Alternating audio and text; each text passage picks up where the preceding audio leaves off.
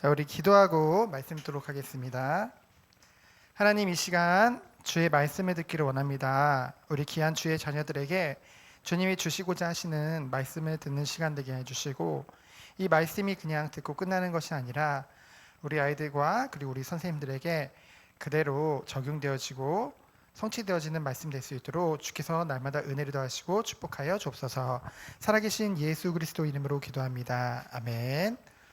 우리 오늘은 요한복음 8장을 볼 차례예요. 우리 요한복음 8장 10절부터 11절까지를 우리 같이 보도록 하겠습니다. 요한복음 8장 10절부터 11절 말씀을 우리 다 같이 합독하도록 하겠습니다.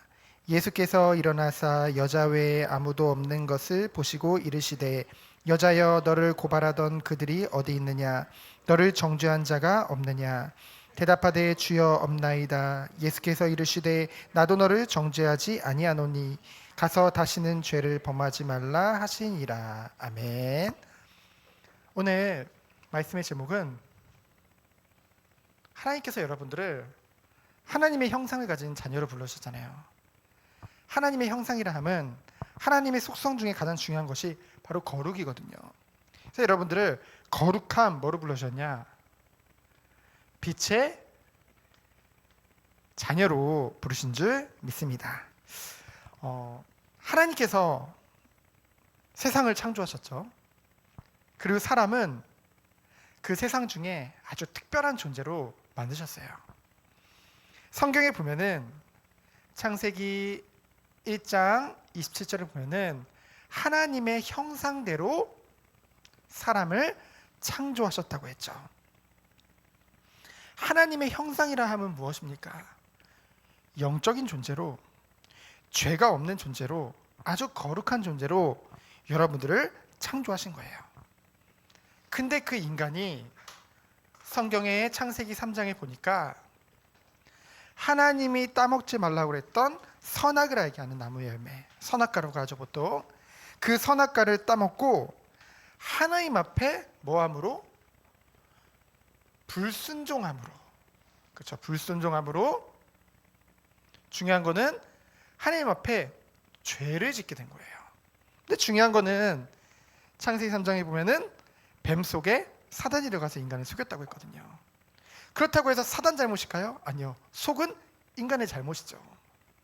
그로 인해서 인간이 이제는 죄 가운데 빠져서 뭐가 된 거예요? 죄를 지은 사람은 뭐라고 해요? 죄인이라고 하죠. 죄인이 돼버린 거예요. 근데 인간 스스로는 절대로 이 죄 문제를 해결할 수가 없죠. 그래서 하나님께서 이 죄 문제를 해결하기 위해서 성부 하나님께서 구원을 계획하시고, 그 계획하신 대로 성자 하나님인 예수님께서 뭐로 오신 거예요? 그리스도로 이 땅에 오신 거죠. 그래서 어떤 일을 하셨습니까? 마가복음 10장 45절에 보면은 인자는 예수님을 말씀하신 거거든요. 예수님이 이 땅에 오신 이유는 섬김을 받으려 함이 아니라 도리어 섬기려 하고, 그 예수님이 우리를 위해서 대속물은 뭐냐? 대신 죽으시겠다는 거예요. 누구를 위해서? 우리 죄를 위해서. 죄 없으신 예수님께서 나를 위해 대신 죽으신 거죠. 피 흘리심으로. 이거는요 역사적인 사실이에요. 여러분, 그렇기 때문에 객관적이죠. 어찌 보면은 저기 하나님을 안 믿는 사람들도 예수님이 십자가에서 죽은 건 다 알고 있거든요. 그렇죠? 왜? 역사적 사실이니까. 그 예수님이 근데 그 의미는 잘 몰라요. 죄인을 위해 죽으셨다는데, 근데 불신자들은 뭐라고 생각해요? 난 죄인이 아니니까 나를 위해서 죽은 거 아닌가 보다. 근데 우리는 말씀을 통해서 알고 있죠. 아담과 하와가 지은 죄로 인해서 우리 또한 죄인 되었었는데, 그 하나님이신 예수님이 나를 위해서 십자가에서 대신 죽으심으로, 그 피로 말미암아 우리가 의롭게 되어졌구나. 부활하심으로 사망 것에 이기시고 정말 우리에게 하나님을 만날 수 있는 그 길을 열어주신 것이죠. 그래서 어떻게 했습니까? 여러분들이 이 예수님을 마음에 영접하게 되어졌죠. 영접이란 말은 무엇이냐? 십자가에서 모든 죄 문제를 다 해결하신 그 예수님을 내 마음의 주인으로 영접할 때 우리가 그리스도와 연합되어져서 우리 또한 어떻게 되는 거예요? 의롭게, 다른 말로 하면 깨끗하게, 이거 또 오타 쓰면 안 되죠? 깨끗하게, 그렇죠? 깨끗하게 되어진 거예요. 죄로 인해서. 그래서 로마서 8장 2절에 보니까 그리스도 안에 있는 생명의 성령의 법이 죄와 사망의 법에서 너희를 해방하였습니다. 그렇죠? 법적인 해방입니다. 죄에서 여러분들은 법적으로 해방된 거예요.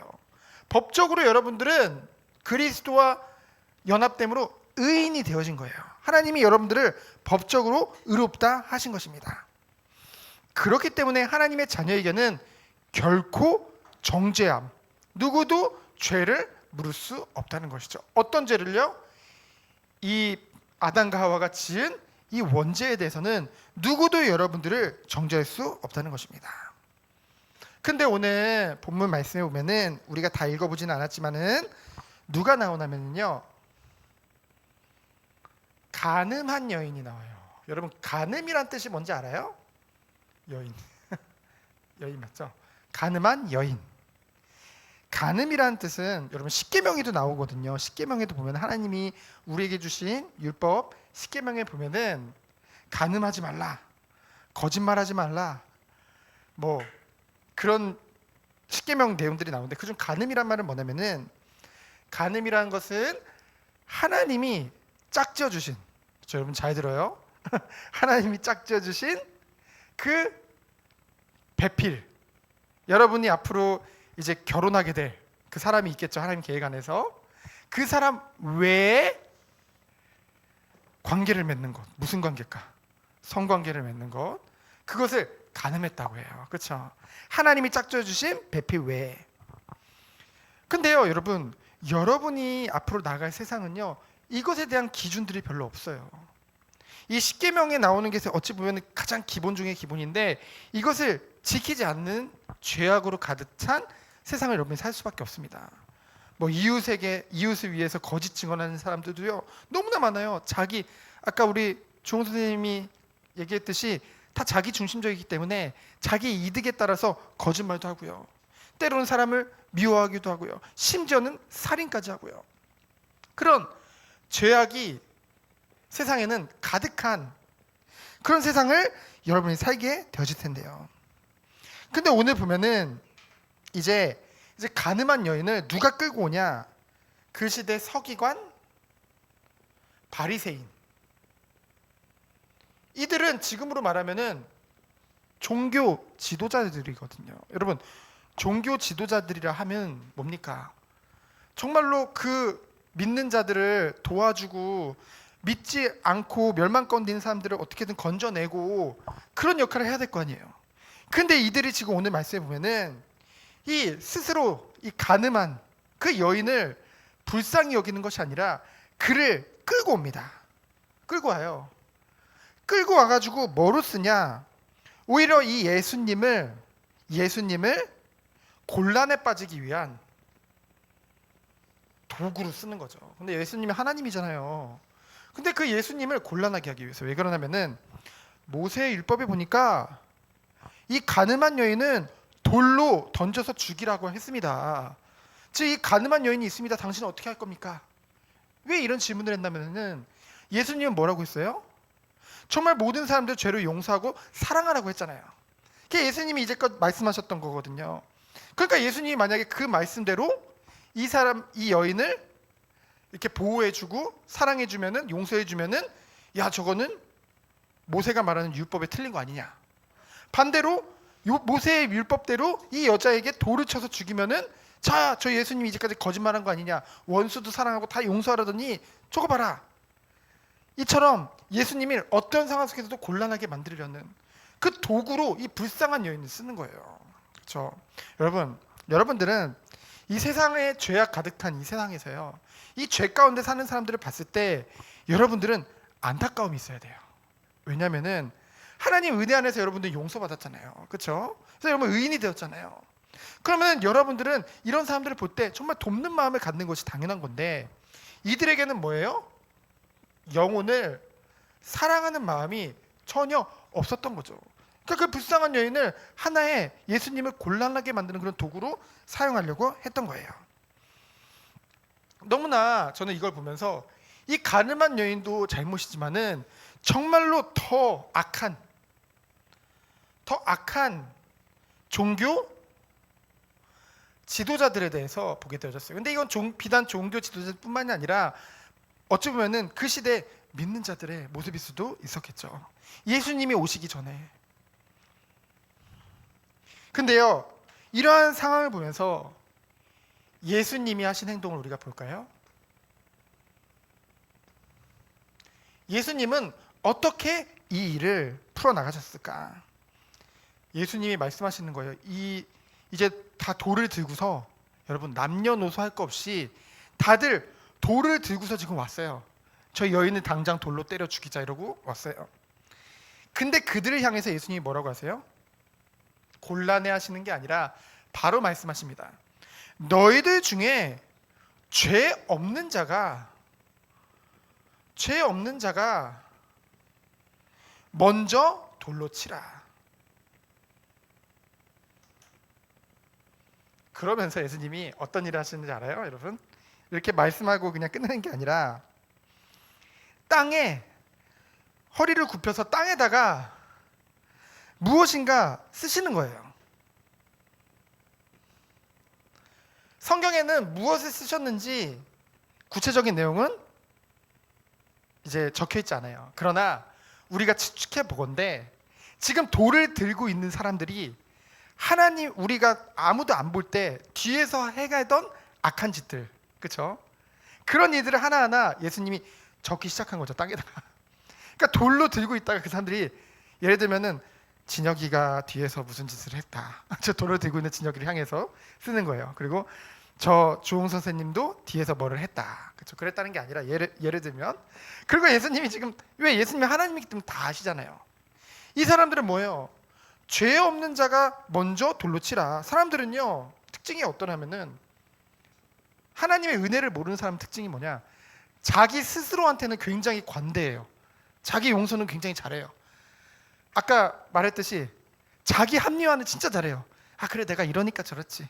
아, 이래서 이것도 못했고, 아, 이것도 저래서 못했고. 근데 반대로 뭐예요? 상대방에게는 굉장히 엄격해요. 이게 은혜 없는 사람들 특징입니다. 그렇죠? 근데 여러분이 진짜 이 은혜를 받았다고 한다면 반대로 돼야 돼요. 오히려 자기에게는 엄격하고 상대방에게는 끊임없이 관대하고 수용해주고 도울 수 있는 그런 큰 사람이 돼야 되는데, 사람들은 보통 딱 이 기준을 가지고 지금 돌로 치려고 하고 있는데, 예수님이 그들이 뒤에서 지금 하는 행동들을 다 적고 계시는 거예요. 그 순간 사람들이 어떻게 했을까요? 오늘 성경에 보면은 분명히 나와요. 양심의 가책을 느껴서. 그렇죠? 예수님이 한 번도 입번 끝에서 말씀하신 적 없어요. 그 글 적는 거 보고 양심의 가책을 느껴서 다 돌을 던지고 그 자리에서 다 도망갑니다. 사람들 특징은 뭐예요?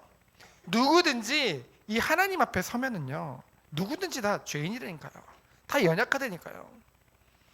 그 누구도 정말 하나님 앞에 있으면은 의인이 없다니까요. 그렇죠? 다 죄를 짓는 사람이죠. 그러니까 다 그 모든 걸 다 내려놓고 가는 겁니다.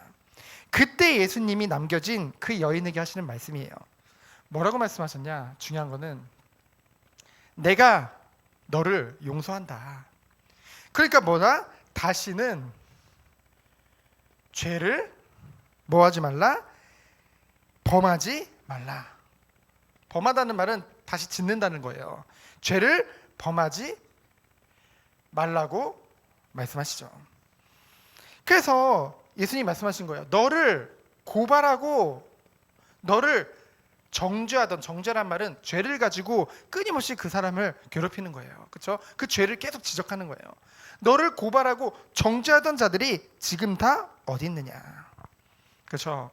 여러분이 이 사실을 알아야 돼요. 여러분들은 아까도 말했듯이 이미 법적으로 의인이 되었어. 누구를 통해서? 예수 그리스도를 통해서. 그렇다고 해서 여러분이 완벽해진 게 아니에요. 그렇죠? 법적으로 의인이 되었지만은 여전히 우리들은 죄성으로 인해서 나 중심으로 갈 수밖에 없고 하나님의 그 거룩하심보다는 뭔가 세상 것이 더 즐겁고 그런 시간표 가운데 있단 말이에요.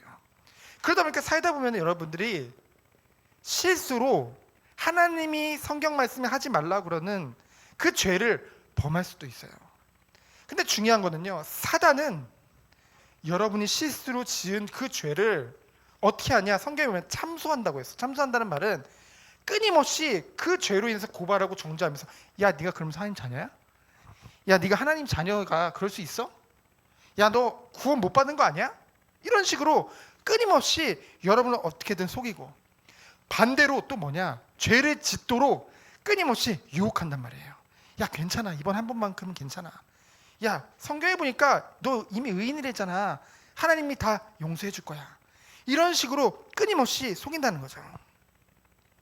근데 여러분, 우리가 실수로 죄를 짓더라도 우리는 누구 앞으로 가면 되냐? 이 여인과 같이